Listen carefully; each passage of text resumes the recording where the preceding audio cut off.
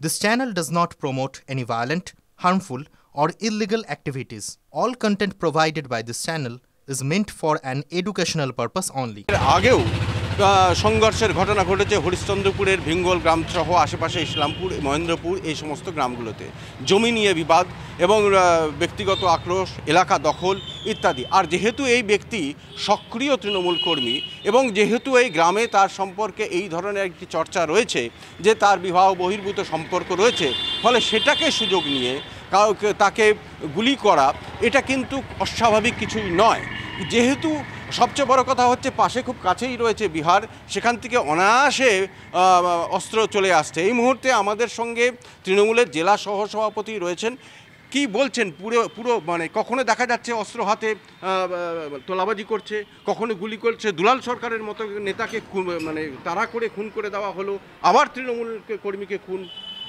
দেখুন, একটা বিধানসভা ভোটের আগে একটা কনস্পিরেসি হচ্ছে, আমরা এটা মনে করেছি সেসব কনস্পিরেসির একটা অংশ, এবং সমস্ত বিরোধী দল এই ক্ষেত্রে আমার মনে হয় এক হয়ে গিয়ে আমাদের পশ্চিমবাংলার একটা ভাবমূর্তি নষ্ট করবার চেষ্টা করছে। এখানে বিরোধী দল কোথা থেকে আসলো? এরা তো তৃণমূল কর্মী যারা খুন হয়েছে, যারা খুন করেছে অভিযুক্ত, তারাও তো সকলেই সে তৃণমূলেরই লোকজন। না, তৃণমূল বলছেন, তৃণমূল যদি বলেই থাকেন তাহলে গত লোকসভা নির্বাচনে ওইসব জায়গায় তৃণমূলের তো কোনো রেজাল্ট হয়নি। এগুলো তৃণমূল না, এরা দুষ্কৃতকারী। যারা এসব ঘটনাগুলো ঘটাচ্ছেন বা করছেন বা এই ঘটনার সঙ্গে যুক্ত, তারা নিজের স্বার্থেই করছেন। পুলিশ এর ক্ষেত্রে অ্যাকশন নেবে, কোনো তৃণমূল তাদেরকে কোনো শেল্টার দেবে না। এত অস্ত্র আসতে থেকে এত অস্ত্র আসার তো এর আগে তো মুখ্যমন্ত্রী উষ্মা প্রকাশ করেছিলেন এই বিষয়গুলো নিয়ে। কারণ বিহার এবং ঝাড়খণ্ড যেটা সীমান্তবর্তী এলাকা, ওইসব জায়গায় কন্ট্রাক্ট কিলার থাকে, এইসব দিয়ে মালদা জেলাকে অশান্ত করবার চক্রান্ত করছে বিরোধীরা। এই ঘটনার সাথে কোনো রাজনীতির সম্পর্ক নেই। আমাদের কাছে যা খবর, একটা পরকীয়া সংক্রান্ত আক্রোশ বা সম্পর্ক, এবং সেখানকার আক্রোশবশত কেউ বা কারা এই ঘটনাটা সংঘটিত করেছে। যেটাই হোক, যারাই আসামি হোক, এই মালদার পুলিশ অ্যাক্টিভ আছে। আপনারা রেস্ট অ্যাসিওর থাকুন, ভেরি শর্টলি তারা অ্যারেস্টেড হবে এবং পেনালাইজড হবে। যে গোটা মালদা জেলা আজকে বোমার বারুদের স্তূপে পরিণত হয়েছে।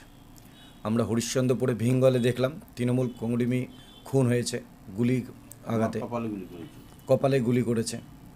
আর সেখানে আমরা ধারাবাহিকভাবে এই যে বছরে শুরু হয়েছে, সেখানে তৃণমূল কংগ্রেসের আবর তাবর নেতা বাবলা সরকার, তিনি খুন হয়েছেন প্রকাশ্যে।